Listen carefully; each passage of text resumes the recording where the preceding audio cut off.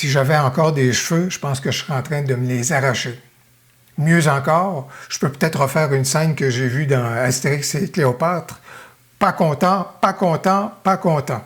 Vraiment, là, il y a des données qui nous arrivent du marché de la photo au Japon, dans la cour arrière des grands manufacturiers japonais, au niveau des boîtiers.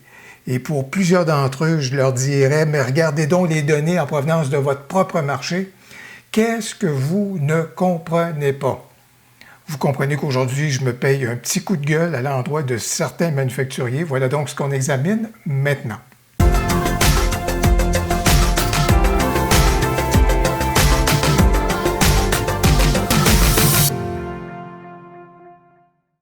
Aujourd'hui, je me paye un petit coup de gueule. Je partage avec vous. Dans les commentaires, vous me direz si j'ai tort, si j'ai raison, quel est votre point de vue par rapport à cette question-là. Mais on vient de prendre connaissance de données au sujet de la vente de boîtiers au Japon, auprès des consommateurs japonais, qui sont dans la cour arrière des Canon, des Nikon, des Fuji, des Sony, etc. Et ces données-là, qu'est-ce qu'elles viennent dire au sujet de l'année 2021? Elles viennent dire qu'il n'y a aucun boîtier plein capteur qui figure parmi les 10 meilleurs vendeurs au Japon. Encore mieux, parmi les 10 meilleurs vendeurs au Japon, un seul est sorti sur le marché en 2021. Vous regardez les données, donc les 10 meilleurs vendeurs au Japon ont été, du côté de Sony, le première position, le A6400. Suivi de, en deuxième et troisième position, le M50 de Canon, le Mark II ou encore le Mark I de couleur blanche, suivi du A6400 du côté de Sony. Le Sony est le seul appareil contemporain est en cinquième position, c'est-à-dire le Sony qui est sorti pour le vlogging, donc le ZV-E10. Sixième, septième position, encore le M50 Mark II ou encore Mark I, cette fois-ci de couleur noire, c'est bien pour dire, et c'est en kit. Fuji qui est là, mais au niveau de Fuji, c'est même pas dans ces X30, c'est même pas dans ces XT4, c'est le Fuji qui remonte encore là, un XA5 qui est vraiment une entrée de gamme. Alors voilà donc qu'on retrouve en huitième position Olympus avec son appareil et finalement le XA5, c'était de couleur argentée en huitième position, alors le XA5 de couleur brun à ce moment-là qui termine la marche en dixième position. Ce sont tous des appareils qui sont sortis sur le marché avant 2021. Ce sont à peu près tous des petits, ce sont tous des appareils petits capteurs, ou encore dans le cas d'Olympus, ici on va retrouver un micro 4 tiers, alors dans ce côté-là. Alors qu'est-ce que ça vient dire? Voici les appareils que les Japonais veulent avoir. Des appareils qui ne sont pas dans la stratosphère, des appareils qui ne sont pas faits pour de la haute performance, de la haute voltige. Et qu'est-ce qu'on entend parler par les temps qui courent? Que les R3, bientôt R1, Sony A1, Nikon Z9, etc., etc. Ah oui, Canon va sortir peut-être un R7 qui va remplacer le 7D. Mais le 7D, même là, le 7D, ce n'était pas un appareil qui s'adresse à de l'entrée de gamme, à des gens qui veulent faire le premier pas. Le 7D s'adressait à des gens qui voulaient faire de la photo animalière ou encore de la photo sportive, très réactif, tout ça. Mais ce n'était pas là pour de l'entrée de gamme. C'était pas pour des gens qui n'ont pas nécessairement de grandes ambitions au niveau de leur équipement photo. Tous les appareils qu'on retrouve là, sont bien performants, sont intéressants, en particulier du côté de Sony et du côté, tout cela, dans le cas du côté de Sony, il y a des choses très intéressantes qui figurent dans les 10 premières positions, mais on ne peut pas dire que ce sont des appareils qui sont destinés à de la haute voltige et à des performances stratosphériques. Et ça m'amène à ma deuxième irritation. J'ai aidé mon ami Paul récemment à magasiner pour un appareil qui prendrait le relais de son Canon 60D, ou D60 ou 60D. Alors, c'est un appareil qui est tout à fait correct, mais Paul souhaitait changer vraiment de système parce que tout ce qui vient avec le 60D, et au nombre d'objectifs qu'il a, son sac photo est très, très lourd et la technologie a bien entendu bien évolué. Alors, quelles sont les alternatives? Et en magasinant avec elle et en magasinant pour elle, on s'aperçoit que les gens qui veulent rester dans le petit capteur, ont certaines possibilités, ont certaines avenues intéressantes, mais le nombre n'est pas si important que cela, puis on dirait même, je vais vous dire vers quoi elle s'est tournée, mais même là, vers quoi elle s'est tournée, vous allez voir qu'on se retrouve avec quelque chose qui s'apparente aussi au Canon M, à la monture M. Alors au niveau du petit capteur, si on veut se tourner vers le petit capteur, il n'y en a que pour le plein capteur par les temps qui courent, et surtout, il y a des objectifs seulement pour ces pleins capteurs-là. Alors, qu'est-ce qu'on a dans le petit capteur? Sony, bien entendu. Et ce qui est super intéressant du côté de Sony, au niveau petit capteur, c'est qu'il y a tout un écosystème d'objectifs qui est là, qui existe et qui est très intéressant parce que non seulement Sony a ses objectifs pour ses petits capteurs, mais également le fait qu'il y en a plusieurs autres manufacturiers qui sont arrivés, qui ont produit des objectifs pour le petit capteur du côté de Sony. Ça, c'est merveilleux.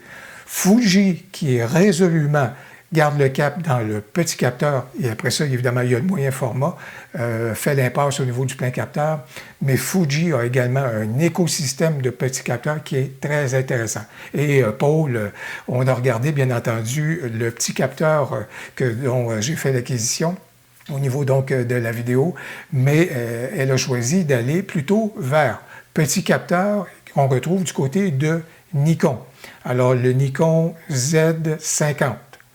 Mais encore là, du côté de Nikon, quand on regarde des objectifs spécifiques pour la nouvelle monture Z destinée aux petits capteurs, il y a 2 objectifs que Nikon a prévu, de disponibles à ce moment-là pour petits capteurs monture Z. On en annonce quelques-uns.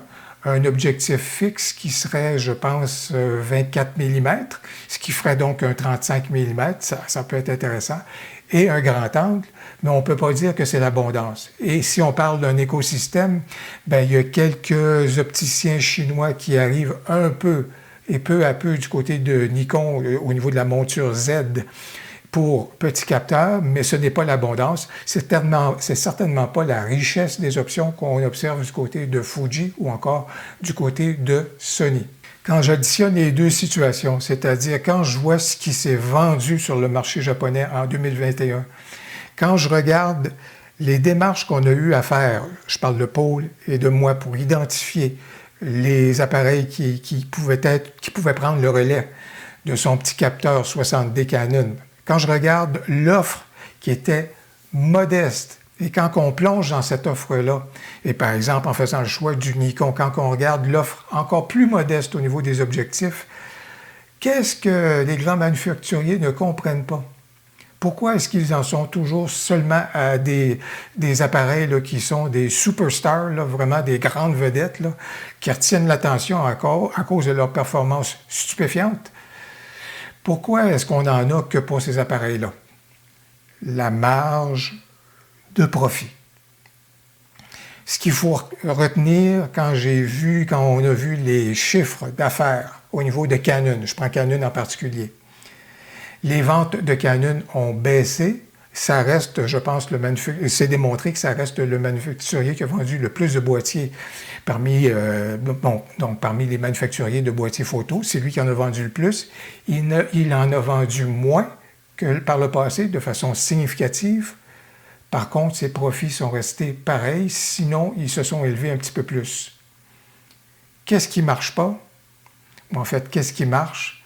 C'est le fait que la marge de profit sur les appareils et les objectifs qui viennent avec les pleins capteurs, la marge de profit est telle que ça permet de conserver les profits. La rentabilité. J'ai besoin de moins vendre d'appareils photo et ceux que je vends, par contre, ont une marge de profit telle que je réussis à continuer à faire des bénéfices de façon confortable. Plutôt que de faire des appareils qui sont beaucoup plus entrée de gamme, une marge de profit beaucoup plus ténue, et ça m'oblige à vendre un plus grand volume, et ce plus grand volume-là, bien, il n'est plus là, parce qu'on capitule le marché là, au téléphone intelligent ou au téléphone portable.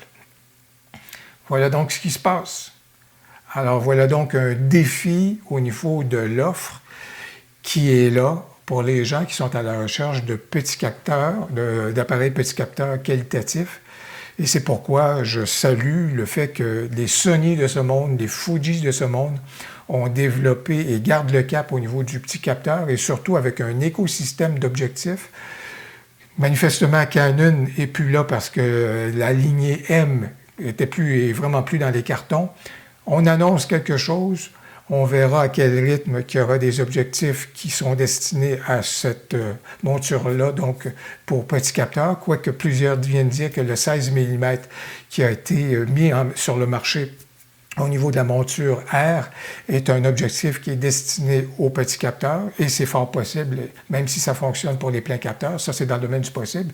Mais encore une fois, vous pouvez voir dans combien de temps, et surtout évidemment avec la pénurie de processeurs et de puces qu'on a actuellement, vous verrez dans combien de temps et d'années que cet écosystème-là va se mettre en place. Ben voilà donc pour mon coup de gueule, voilà donc pour ma désolation, qui est basé sur la dichotomie entre ce que le marché dit, entre ce que le marché veut, et l'offre qu'on retrouve sur les comptoirs. Il y a vraiment un écart qui m'apparaît absolument incongru. Dites-moi dans les commentaires ce que vous pensez de tout cela, et si vous avez aimé la vidéo et mon petit coup de gueule, n'hésitez pas à cliquer sur j'aime. Au plaisir, à la prochaine!